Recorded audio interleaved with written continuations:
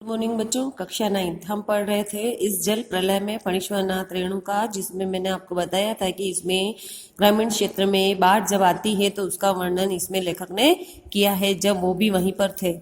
ठीक है, आज मैं पढ़ूंगी और समझाती रहूंगी आपको। मेरा गांव ऐसे इलाके में है जहां हर साल पश्चिम पूर्व दक्षिण की कोसी, पमार, महानंदा और गंगा की बाढ़ से पीड़ित प्राणियों के समूह आकर पनाह लेते हैं। सावन भादो ट्रेन की खिड़कियों से विशाल और सपाट परती पर गाय, बैल, भैंस, बकरों के हजारों झुंड देखकर ही लोग बाढ़ की विभीषिका का अंदाजा लगा देते हैं। यानी जो उनका शहर, उनका जो गांव था वो पहाड़ी इलाके में था, तो बाढ़ को इन्होंने कभी देखा नहीं था।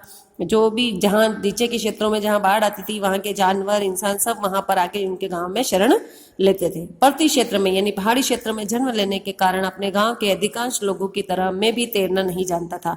यानी वहां पर पानी का आवागमन ज्यादा नहीं था, ऊंचाई पे था इनका गांव, तो वहां पर नदियां तालाब न होने के कारण इन्हें भी तैरना नहीं आता था। किंतु 10 वर्ष की उम्र से पिछले साल तक बॉय स्काउट, स्वयं सेवक, राजनीतिक कार्यकर्ता अथवा रिलीफ वर्कर की हैसियत से बाढ़ पीड़ित क्षेत्रों में काम करता रहा हूं। और लिखने की बात भी, यानी लेखक तो ये थे ही, बाकी बाढ़ पीड़ित क्षेत्र जो जहां पर बाढ़ आती थी वहां पर जाकर ये उनको सेवाएं देते थे।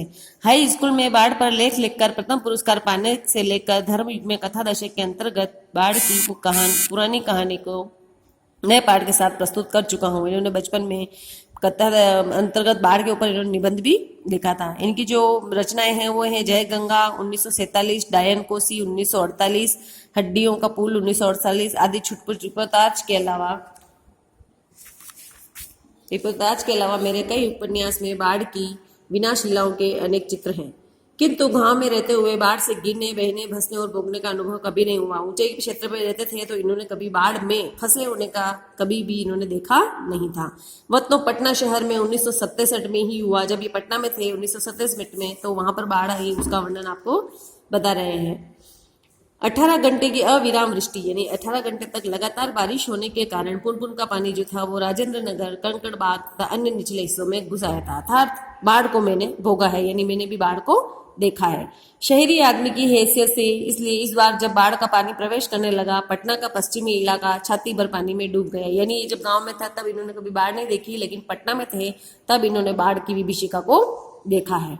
हम घर में ईंधन, आलू, मोमबत्ती, दिया सलाई, पीने का पानी और काम्पोज की गोलियां जमा कर बैठ गए, प्रतीक्षा करने लग गए। जब 18 घंटे तक रेगुलर बारिश हुई तो लगा कि बाढ़ आने के आसार हैं, तो लोगों ने अपने घर में केरोसिन, गैस, लकड़ी और आलू, क्योंकि बहुत दिनों तक चल जाते हैं अगर बाढ़ में फंसे भी रह गए, तो मोमबत्ती यानी लाइट जाने पर, दिया सलाई, माचिस और पीने के पानी और काम्पोज की गोलियां जो पानी से हाथ पैरों में सड़न हो जाती है, उसकी एक दवाई होती है, वो भी लोग इकट्ठा कर घर में बैठ गए। सुबह सुना राजभवन और मुख्यमंत्री निवास प्लावित हो गया, यानी वो दोनों डूब गए हैं।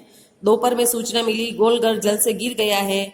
यो सूचना बांग्ला के वाक्य में मिली थी, जानो गोलघर डूबे गे छे। और 5 बजे तक कॉफी हाउस जाने के लिए शहर का हाल मालूम करने निकला तो रिक्शे वाले ने हंसकर कहा, अब कहाँ जाइएगा, कॉफी हाउस तो अबले पानी आ गया है। यानी वहां पर भी पानी आ गया है, चलो पानी कैसे घुस गया है वही देखना है, कहकर रिक्शा पर बैठ गए। साथ में नई कविता के एक विशेषज्ञ व्याख्याता आचार्य कवि मित्र थे, जो मेरी अनवरत, अनर्गल, अनगढ़ गद्यमय स्वगोक्ति से कभी बोर नहीं होते थे। यानी बेडोल, टेढ़ा मेढ़ा, विचारहीन, मनमानी, बेतुकी और निरंतर लगातार अपने आप में कुछ बोलना, ऐसी बातों को लेकर भी वो इनके साथ चले गए थे। इसके आगे का जो है वो हम कल पढ़ेंगे। बाकी आपको यहाँ तक पढ़ना है और जिसमें जो काम कराया है वो कंप्लीट करना है। Thank you.